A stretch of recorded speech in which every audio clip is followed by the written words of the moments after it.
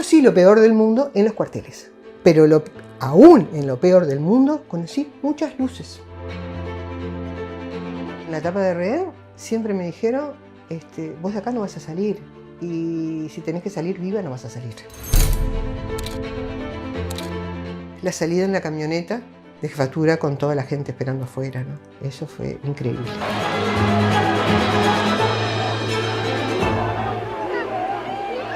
Alba Antúnez es una de las 38 mujeres que se fugaron de la cárcel de Cabildo previo a la dictadura cívico-militar. Es también una de las 11 rehenas del Movimiento de Liberación Nacional y fue una de las 5 mujeres que fueron de las últimas en ser liberadas el 14 de marzo de 1985. Alba, muchas gracias por esta entrevista con El Observador. Estamos en tu casa para contar, conocer un poco más tu historia. Vos entraste en el MLN siendo muy joven, ¿no? ¿Cómo fue ese ingreso? Me tocó vivir una etapa de la sociedad uruguaya muy convulsionada, en realidad más que la uruguaya, ¿no? Era un momento muy revulsivo, de mucha lucha en todas partes, en América Latina, ni que hablar, pero también en el Mayo francés, en muchos lugares del mundo, era un momento de cambio. En la sociedad nuestra vivíamos en una democracia muy autoritaria.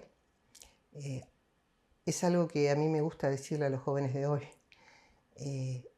No tiene nada que ver con lo que vivimos hoy. Hoy vivimos en una democracia. Nosotros, en lo que me es particular, voy a hablar muy en personal, no salí a luchar en principio en el liceo por cambiar el mundo. Salí a luchar por la reivindicación del boleto, por los presupuestos liceales, pero por esas cosas propias de los estudiantes, desde muy temprano fuimos muy reprimidos. Salir a las movilizaciones implicaba ese grado de riesgo. Y a medida que fueron pasando los años, estamos hablando, si yo tenía 15 en el 67, estamos hablando del 65, 66, 67, después vino el 68, que ya es más conocido por mucha gente, yo todavía estaba en el liceo. Pero participé de esas movilizaciones. Fui gaseada muchas veces, fui golpeada como tantos compañeros y vi caer compañeros estudiantes al lado y viví la muerte de Liberarse y viví la de tantos otros compañeros. Y no nos lo contaba nadie, era lo que nos pasaba. ¿Cómo pasás a integrar el MLN? Es como un proceso casi sin darte cuenta. Digo casi, porque estaban todas las opciones políticas sobre la mesa. Y a medida que transitabas la militancia, te ibas haciendo de la información sobre todo eso, porque había muchísimo. Había volantes, había documentos, había gente que hablaba, había de todo.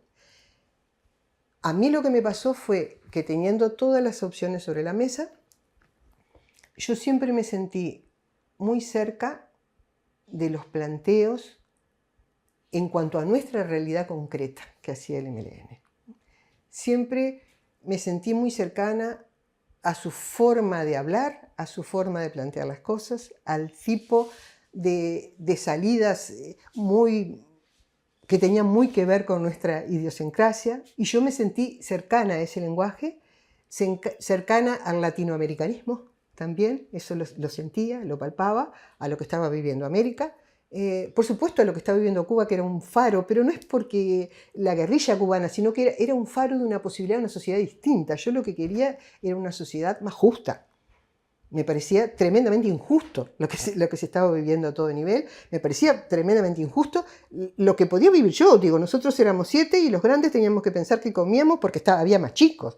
Y en la cabeza de un adolescente, si eso no es justo, hay que cambiarlo, ¿no? Y yo pienso hoy que más allá de las vías, de los errores, de los aciertos, ¿no? Por suerte, la juventud piensa que si hay algo que cambiarlo, tiene que cambiar ahora. No puede esperar a que pase 100 años de evolución de la humanidad. Entonces yo tenía ese ímpetu de cambio, eso de decir esto tiene que variar, es decir, no nos pueden golpear, esto tiene que cambiar. Y el Parlamento no daba respuesta a esas cosas. Nosotros no creíamos en el Parlamento. No daba respuesta a nada, a ninguna de estas cosas. Nosotros no creíamos para nada que por ese lado fuéramos a tener respuesta porque no la estábamos teniendo. Entonces, paulatinamente me voy acercando porque después paso a preparatorios, voy al IABA, estudio arquitectura. Y ahí, como decía una compañera, todo el mundo estaba pendiente de cómo te reclutaba, porque era así, ¿no? A quienes realmente tomábamos la posta, ¿no? de las luchas. Y bueno, así fui a dar al MLN. Pero fui a dar por una opción consciente. En algún momento en el libro Rehenas, vos decís, odio las armas. Sí. ¿Cómo hiciste para convivir con ese desprecio a las armas y estando en un movimiento armado? En ese momento lo que nosotros considerábamos es que las armas eran necesarias, que no iba a haber ningún cambio por la buena voluntad de quienes nos dirigían, digamos, ¿no? Esa era nuestra forma de analizar la realidad. Entonces, si nosotros, en realidad todas las armas empezaron en principio por el tema de la propaganda armada, de tomar lugares para llevar folletos y cosas, pero éramos una organización clandestina político-militar, por lo tanto el arma era necesaria. Sobre todo para defensa, ¿no? Que fuera necesaria para defensa no quiere decir que hiciera apología del arma.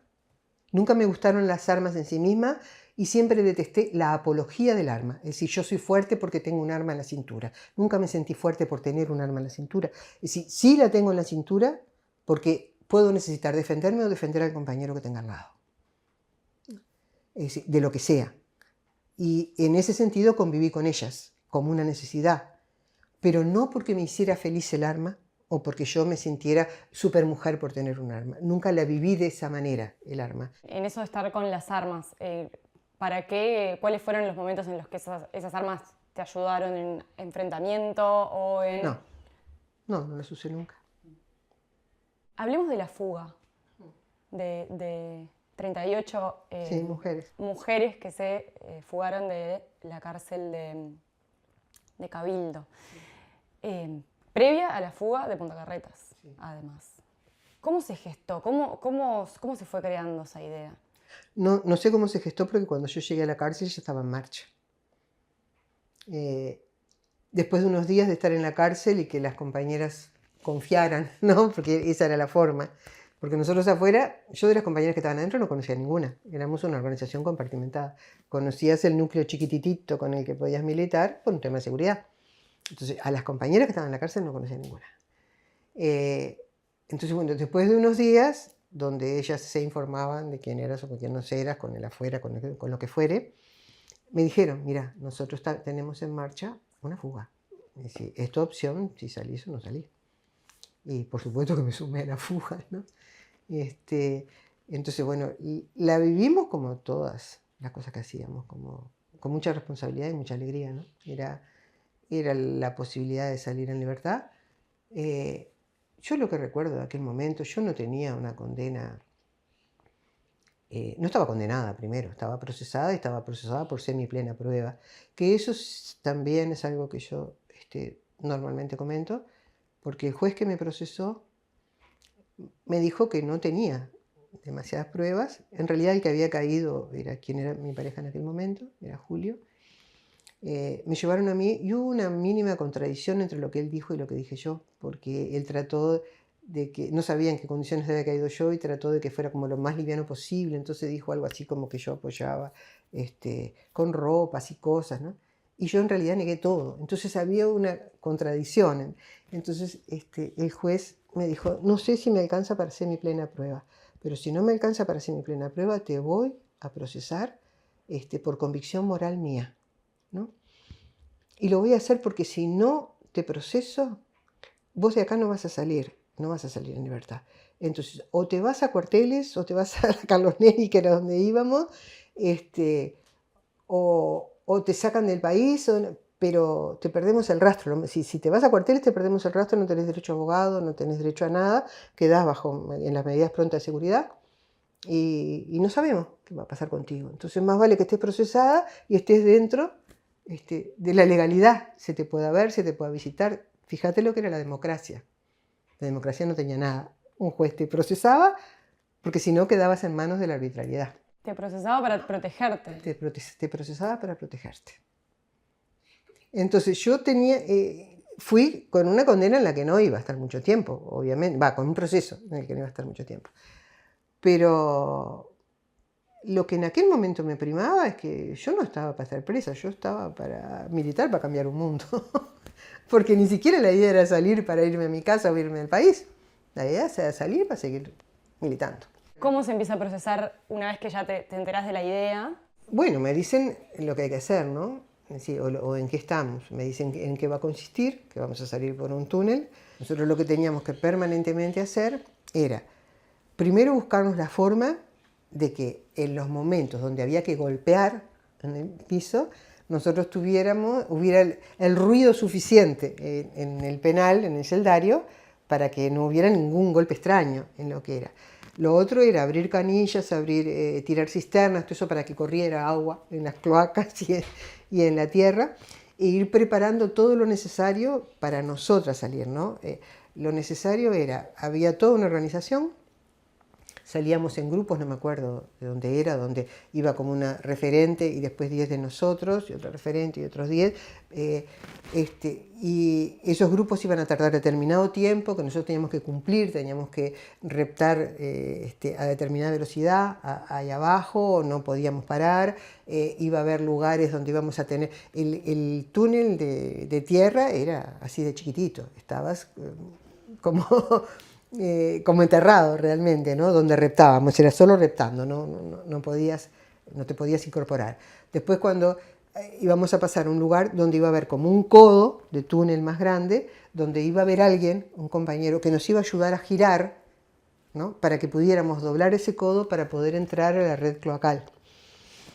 Nos teníamos que tirar desde la boca que se iba a abrir en el dormitorio chico, eran 2 metros hacia abajo. En esos 2 metros hacia abajo recién empezaba el túnel de tierra. Alguien nos iba a recibir en esos 2 metros en algún momento, ¿no? Para que no cayéramos mal, no pasara nada, ¿no? Que iba a estar ahí. Entonces, había una cantidad de cosas de ese tipo en la que tenías que instruirte y poner tu cabeza en cómo tenías que hacerlo. Teníamos que preparar ropa. Nosotras hicimos polleras para todas nosotras, que llevábamos enrolladas en la cintura debajo de unos pantalones largos que atábamos acá abajo para que no nos molestaran abajo, porque apenas llegáramos arriba había que sacar esto, que iba a estar sucio, mojado de las cloacas, todo eso, había que sacar eso y desenrollar las polleras para quedar vestidas. Abajo unas blusitas que lo más tenues posible, no sabíamos si nos iban a dar otra cosa arriba, pero teníamos que estar vestidas como si arriba no hubiera haber nada, ¿no? Como para poder salir del lugar, y si todo hubiera fallado, lo del recibimiento, poder salir vestidas, digamos, ¿no? Fabricamos la ropa que después rellenamos rápidamente para dejar muñecos en las camas, porque había... las celadoras pasaban, que eran policías del Ministerio del Interior, mujeres, pasaban con linternas 2 o 3 veces en ronda en la noche mirando las diferentes camas. Entonces nosotros teníamos, para ganar la mayor cantidad de tiempo posible, que dejar las camas con muñecos debajo, como si estuviéramos realmente durmiendo allí, y hacerlo lo mejor posible, como para que apareciera un brazo, una pierna, un coso, y todo eso lo tuvimos que hacer nosotros, como armábamos los muñecos, como cada una personificaba lo que iba a ir en su cucheta y cómo iba a ir puesto, ¿no? Y qué cosas poner al costado para que todo pareciera natural. Bueno, hicimos todo eso. Inventamos un festejo que ya lo habían inventado los compañeros, que no me acuerdo qué era, por lo cual determinado día, que era el día que nos íbamos a festejar no sé qué cosa, no me acuerdo. Pero entonces eso implicaba ensayos para ese día. Entonces nosotras que nos acostábamos a determinada hora habíamos pedido permiso para acostarnos más tarde para ensayar lo que ese día íbamos a hacer, porque era un festejo de noche, que no sé lo que era. Entonces todas las noches cantábamos cantidad, medio bailábamos, tirábamos la cisterna, abríamos todas las canillas, todo ese tipo de cosas que quedaban todas tapadas por nuestros cantos. Hacíamos manualidades hasta tarde. Las celadoras pasaban y no pasaba nada, estábamos preparando la fiesta ¿no? Entonces hicimos todo eso durante un tiempo y toda la otra parte seria, ¿no? Es decir, la planificación esta que te digo, el mentalizarnos en un operativo de lo que iba a hacer, y el contenernos, ¿no? Porque hubo muchas que salimos y hubo otras poquitas que se quedaron por distintas razones. Bueno, ¿qué hacíamos? ¿Cómo hablábamos? Algunas dudaron hasta último momento, otras, el contenernos, y que no era una obligación para nadie, y que lo hacía quien quería, y quien no se quedaba y no había ningún problema, ¿no? Todo eso también era muy conversado. Una compañera, Lucy, que tenía una bebé chiquita que estaba ahí con ella. ¿Qué iba a pasar con eso? La bebé el día de la fuga lloraba y lloraba y lloraba, ¿no? Era como imposible, ¿no? Ella se ve que sentía como el nerviosismo de eso. Lucy se quedó, por supuesto, ¿no? Quedó con su bebé. Bueno, después salimos de ahí, ¿no? Que es todo un tema también, y desembocábamos en un lugar donde nos esperaba que nosotros ni veíamos lo que era, un vehículo. Fueron como varios vehículos, pero en el lugar donde desembocamos estaba todo organizado, llovía cantidad. Entonces había como palanganones grandes para que cada una de nosotras se sacara esa ropa sucia de excrementos, porque veníamos de las cloacas, te sacaras eso, te pudieras lavar eso, las mangas, desplegáramos las polleras que teníamos, y nos habían llevado unos pilós, porque llovía una cantidad, y había una cantidad de cajas de zapatos con el número, 36, 37, 38. Entonces agarrabas cualquiera que fuera de tu número, sacabas los championes que tenías todos atados y todos con mierda, los tirabas ahí, te lavabas, te ponías el par de zapatos, desplegabas esto a una velocidad increíble. Estaba eso, y también había un arma para cada una, del otro lado, ¿no? Una 38 corta para cada una. Que es así, nos estábamos fugando, así que pusimos el arma, pusimos esas cosas y subimos a camionetas, y a varias camionetas. Salimos como en grupitos, todas en grupitos.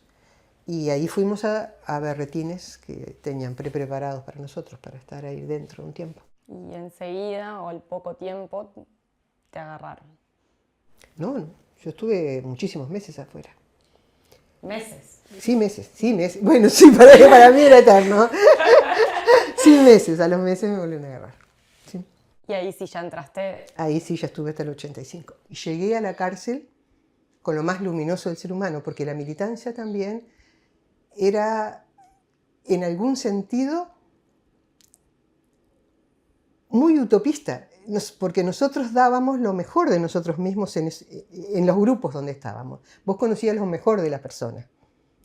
La solidaridad, la alegría, ¿no? La lucha con alegría. Dentro mismo del MLN nosotros luchábamos con alegría. Predominaba algo que no es cursi, predominaba el amor por los demás, por un mundo diferente.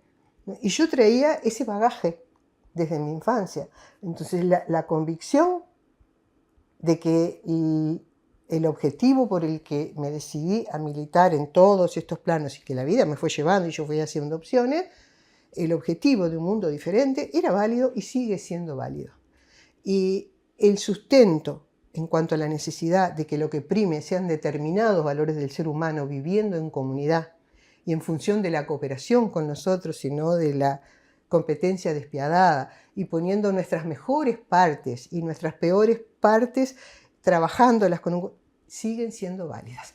Más allá, ¿no?, de que a los 15 años puedo ver eso a la vuelta de la esquina y a los 72 no, obviamente, ¿no? Y que a los 72 por momentos me pese lo oscuro del mundo, que no me pesaba a los 15, que no lo conocí. Y sí conocí lo peor del mundo en los cuarteles. Pero aún en lo peor del mundo conocí muchas luces.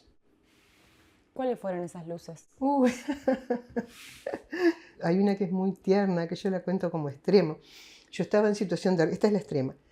Yo estaba en situación de rehén, en una situación muy difícil, y cantaba. Y cantaba cosas que me podían traer consecuencias, pero bueno, eran las que yo sentía. Y un día estaba cantando Orejano estaba cantando, ¿no?, a voz en cuello, y viene un guardia y me dice: no cantes eso, que te van a golpear, no cantes eso. Bueno, ese guardia, que supuestamente no me podía hablar, siempre que era un niño, siempre que entraba de guardia me hablaba. Entonces, habíamos establecido una buena relación con él, que era de eso nada más, y que si le pedía para ir al baño me servía, me llevaba, ¿no? Nosotros podíamos, en el mejor de los casos, salir 3 veces al día, en el mejor de los casos, para ir al baño, nada más. Y muchas veces ni eso, ¿no? 2 o 1 o nada. Y cuando salíamos, por lo menos en ese lugar que te estoy contando, era como muy terrible, porque afuera había otros dos, aparte del carcelero, que en este caso era este soldado, había 2 más afuera con 2 Rottweiler y sus metralletas, y salir al baño implicaba que te esposaran, te pusieran la capucha, los perros se te vinieran encima, sintieras el crack de las metralletas, te insultaran los que estaban afuera. Era así la ida al baño, y a veces corriendo y te golpeaban con las cosas. Entonces, que en ese corredorcito hubiera un carcelero que te llevara al baño cuando se lo pedías, ¿no? Cuando lo necesitaba, y que no te llevara, sí, esposada y encapuchada porque lo veían de todos lados, pero que no te llevara golpeándote contra todo, que no te tirara los perros encima. Era un mundo. Y este soldadito era así, era uno de los que hablaba con nosotros y además tenía esas actitudes. Entonces venía y se ponía nervioso, no cante, ¿no? Y un día desapareció, no venía, no estaba más de custodia ahí, ¿no? ¿Qué pasa? ¿Qué pasa? ¿Qué pasa? O sea, hablando con otro que también era bien, le pregunté, ¿qué pasa? No vino más. Y me dijo, ¿sabes lo que pasó? Dice, vos no vayas a decir a nadie. No, ¿cómo voy a decir? Si ellos se cuidaban para hablarnos una cosa. Me dice, le dijo al comandante que él estaba dispuesto a casarse contigo. Mira qué inocencia tremenda, ¿no? Porque si él se casaba conmigo, yo iba a pasar a ser la esposa de un militar y por lo tanto nunca iba a poder hacer nada malo, porque era la esposa de un militar. Y él se iba a encargar de que yo no hiciera nada malo. El pobrecito desapareció de ahí, ¿no? Pero después me dijeron que, con suerte, no sé lo que le pasaba, pero estaba en las caballerizas limpiando bosta nada más lejísimo y no sé lo que pasó con él. Eso fue como... No sé si es para que lo pongas, pero te lo cuento porque es como el sumum de la inocencia de alguien que era tan joven como yo, menos en ese momento, porque yo ya había cumplido 20 en el Renato y él acababa de entrar, era una nadita. Eso como un extremo de la inocencia, pero hubo muchísimas cosas buenas. Entonces, en la tropa, ¿no? En la tropa, a veces también en alguna oficialidad, es real. Pero la última que sí, capaz que contás y te pongo, yo estaba en el hospital militar cuando se aprobó la ley de amnistía. No me acuerdo por qué me llevaron al hospital militar, no me acuerdo. Sé que yo tenía, después lo supe afuera, un estreptococo alojado en la garganta, que cuando a mí me bajaban mucho las defensas, actuaba y me provocaba o infecciones de oído, infecciones de garganta o infecciones en la piel. Me salían granitos pustulentos en la piel. Capaz que fue por algo de eso. No sé por qué me internaron. Tampoco era nada de vida o muerte, pero me llevaron al militar. Entonces yo no viví nada de la salida. No viví nada de la salida de Punta de Rieles. Es decir, todo eso de aprontar las cosas, que te vengan a decir que vas a salir, que no me enteré. Y en el propio hospital había algunas compañeras, muy poquitas, que yo no conocía, que venían de otros lados, no sé dónde estaban, pero yo no las conocía, de otros sectores tal vez, no sé, pero no las conocía. Y simplemente me crucé con ellas. Es decir, yo entré y no me acuerdo exactamente ni tiempos ni nada, ¿no? De todo eso. Pero entré a la sala y me crucé con algunas de ellas y después todas ellas se fueron, ¿no? No me acuerdo cuántas eran pocas, pero se fueron. Y quedé sola en la sala. Y un guardia me dijo que se iban a ir también los compañeros de la sala de hombre porque se iban en libertad. Y yo no sabía exactamente qué estaba pasando. Cuando él me dijo esto de que los compañeros iban en libertad, yo le dije, si vos estás de guardia en la noche, ¿me permitís ir a saludarlos? Y él estuvo de guardia en la noche y yo pasé a la sala de los compañeros hombres, en pijama como estaba en la sala de mujeres. Un segundo, le di un beso a todos los que estaban, que no recuerdo cuánto eran, pero no eran muchos, 6, 7 serían, no me acuerdo. Le di un beso a todos Tengo grabadas sus caras de sorpresa total porque no entendieron nada de lo que estaba pasando, de quién estaba entrando ahí. Y así como entré corriendo y les di un beso, me volví para la otra celda porque estaba comprometiendo totalmente al guardia, ¿no? Y él cerró. Esos compañeros ni deben saber quién fue. Capaz que alguno de ellos un día lee algo, porque yo nunca conté esto, lee algo y dice, ay, mirá. Pero no reaccionó, ninguno de ellos reaccionó. ¿Y vos sabías quiénes eran ellos? No, ¿Tampoco? para nada. Simplemente eran compañeros que se iban a ir libres. Entonces les di un beso a todos y volví a la sala. Y yo no sabía qué iba a pasar conmigo. Porque si bien desde el 80 ya había luz, digo, la situación era un poco distinta, no iba a ser para todos iguales, eso era clarísimo, y yo tenía 30 años y 15 de seguridad, no estaba tan claro que fuera a salir, yo no pensaba que fuera claro que fuera a salir. Y durante la etapa de rehén, fundamentalmente, también algunas veces, en Punta de Rieles, cuando te llamaban a hablar eso, pero en la etapa de rehén siempre me dijeron, vos de acá no vas a salir, y si tenés que salir viva no vas a salir. Entonces eso, en boca de quienes estaban todavía al mando de un aparato represivo que estaba intacto, absolutamente intacto, yo no podía tener ninguna tranquilidad de que fuera a salir. Y quedándome sola en el hospital militar, ninguna tranquilidad de qué iba a pasar conmigo. Ahí no había testigos de nada. Así que yo hasta el último minuto estuve pensando qué iba a ser de mí al día siguiente. La noche del 8, cuando se aprobó la ley de amnistía, en la madrugada, cuando se terminó de aprobar, un soldado, por su cuenta, me trajo una radio portátil para que yo escuchara, que eso era así. Entonces, por eso te digo que hay intersticios de luz. Puedo tener cantidad de anécdotas más chiquitas, ¿no? Que te dicen, bueno, sí, pero solo con que te tratara humanamente en algún momento, vos sentías que ahí había luz, porque la más mínima cosa respecto a nosotros las rehenes, por ejemplo, a ellos les podía significar algo muy serio, y lo hacía, ¿no? Aunque fuera chiquito. Entonces, hay intersticios de luz. Yo digo, yo conocí las cosas más negras del ser humano allí, pero también vi aspectos de luz. Entonces, yo creo profundamente en eso. Creo profundamente en los aspectos luminosos, sanos del ser humano. Creo que los tenemos y que hay un tema de lo que nos rodea para desarrollar una parte u otra de nosotros. Tenemos la parte de luz y la parte de sombra dentro de nosotros. Depende de una cantidad de circunstancias, desde que nacemos o desde antes, cuáles de esos aspectos desarrollemos, pero está en nosotros como seres humanos desarrollarlos. Hablabas del 8, el momento en el que ese guardia te lleva a la radio para que escuches vos con tus propios oídos lo que estaba pasando. De ahí al 14, ¿cómo fueron esas últimas horas? ¿Recordás cómo lo viviste? Sí, recuerdo. Primero con tremenda incertidumbre, porque eso era así, pero yo estaba sola en ese lugar.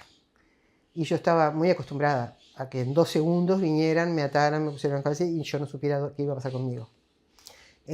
Durante la etapa de rehén fue así, yo tengo 25 traslados contabilizados y era así, ¿no? Entramos, te tiro dentro de un camión y qué es de tu vida no se sabe, ¿no?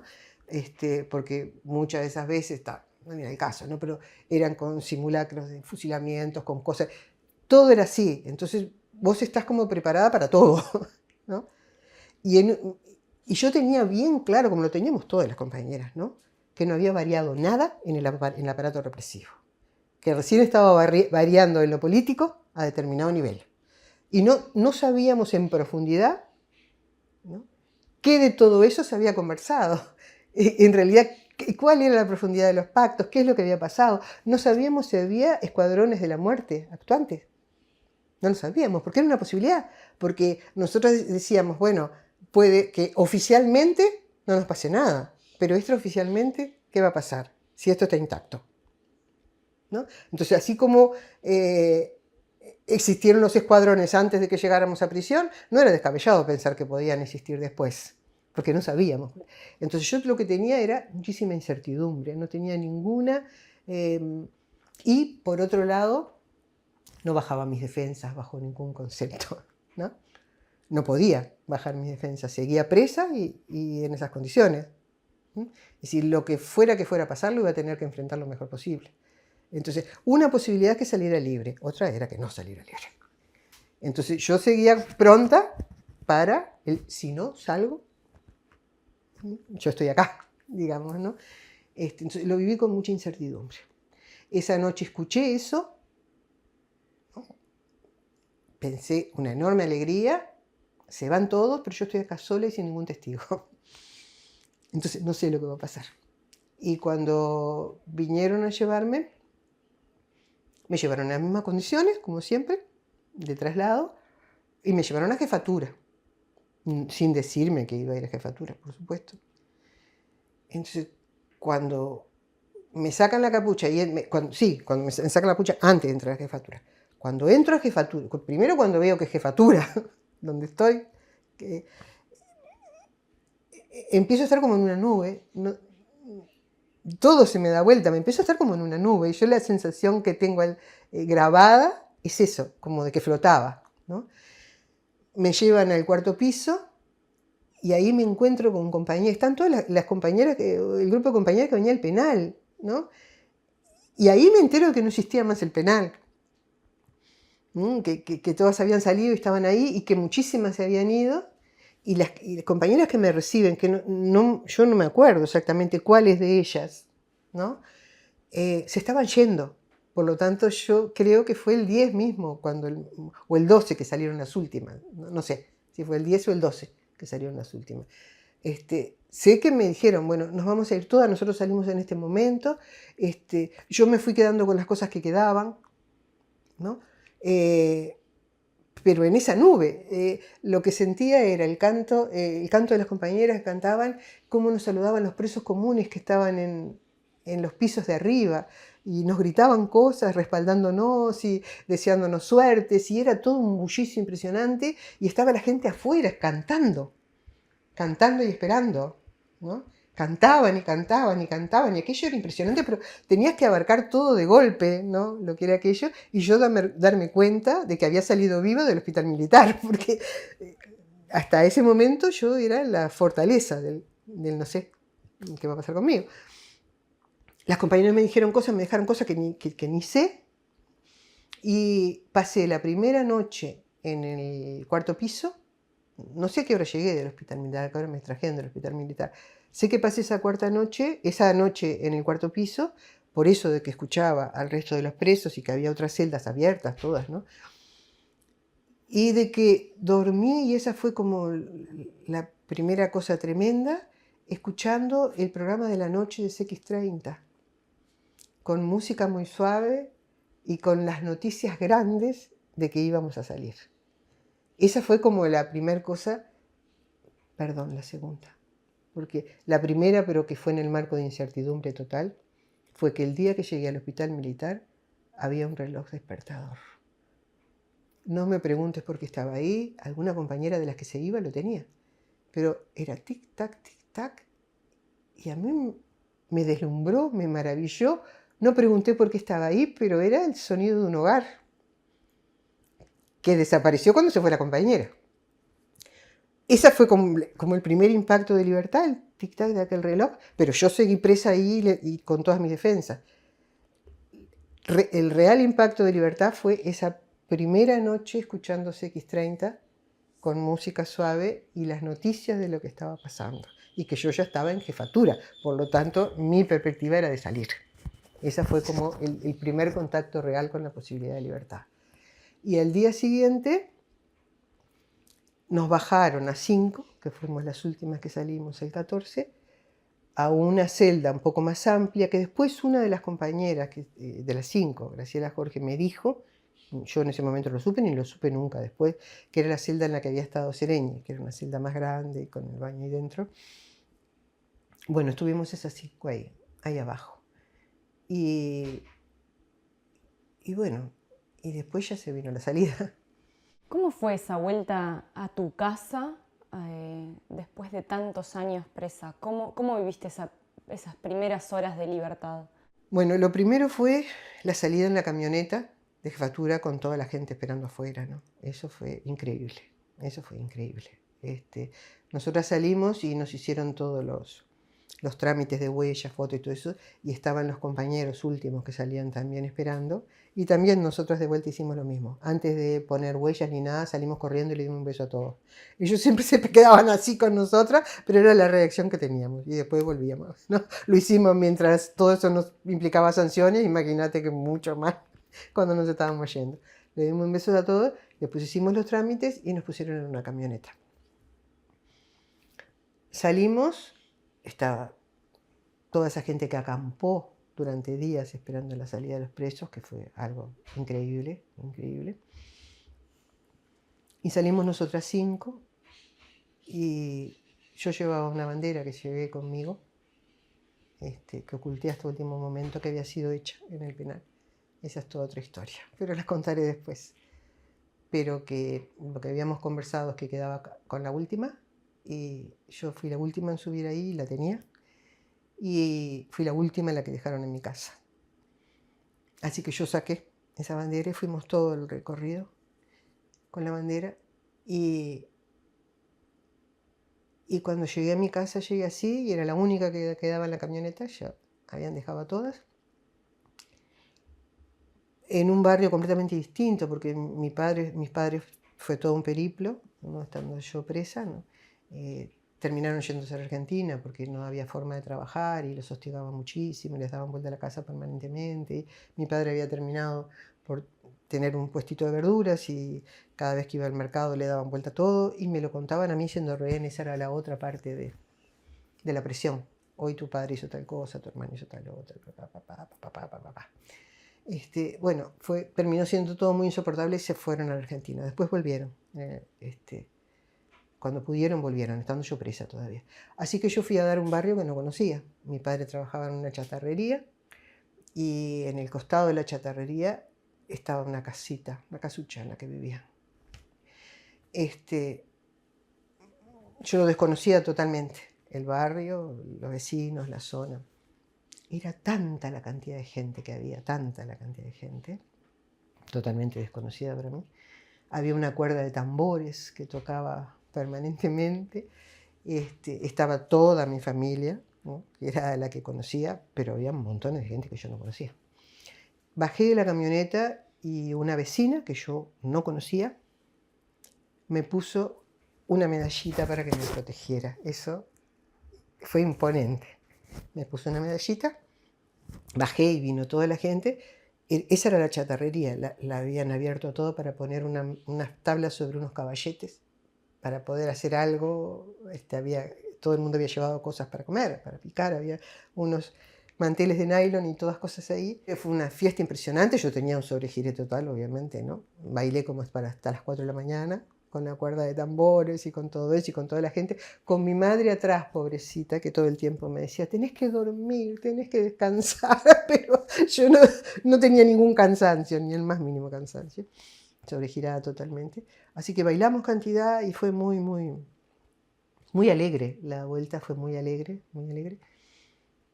Y con una calidez de parte de la gente impresionante, que es también lo que nos sostuvo, ¿no? El saber que la gente estaba ahí, y la solidaridad, y que siempre la recibimos de la manera que fuera. Hasta en los momentos más oscuros vos te enterabas que había solidaridad, ¿no? Y que había amor de las familias y que había sostén.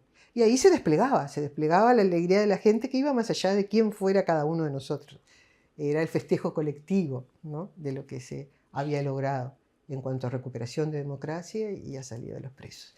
Y al día siguiente, a las 7:30 de la mañana, si bailamos como hasta las 4 de la mañana, 4:30 de la mañana, a las 7:30 llegó una notita de un compañero de que nos juntábamos en conventuales a ver qué íbamos a hacer, ¿no? Vinieron unos compañeros muy jovencitos en un auto, y yo, con toda esa cabeza de que no sabía qué pasaba, dije, no, yo en auto no me subo, venga quien venga. Vi la notita, vi la firma, y le pregunté a mis padres cómo hago para llevar desde acá hasta conventuales. Y mi padre me dice, yo te acompaño, me dijo mi padre. Tomamos el 49 y yo te acompaño. Y me acompañó. Y ahí tuvimos la primera reunión, que creo que éramos, no sé si 23 o 27, de compañeros liberados, casi todos en ese momento, y a ver qué íbamos a hacer, ¿no? ¿Qué íbamos a hacer en el plano político? Esa fue la primera reunión, al día siguiente a las 7:30 de la mañana. Y ahí conociste... Y ese día, en esa reunión, conozco a Diego, ¿no? Diego es mi pareja hasta el día de hoy. ¿Cómo fue reconstruir la vida con toda esa experiencia los siguientes años? Tuviste 2 hijos después. ¿Cómo fue vivir con toda esta experiencia?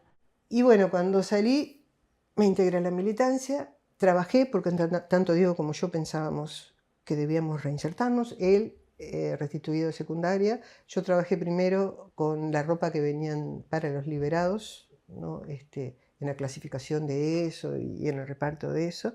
A nosotros con Diego nos pareció siempre que era importantísimo que trabajáramos inmediatamente por el tema de la reinserción, de conocer a la gente y de ser uno más de la sociedad, ¿no? Alba Antúnez, una de las últimas liberadas del 85, del 14 de marzo del 85. Muchas gracias por esta entrevista. No, por favor.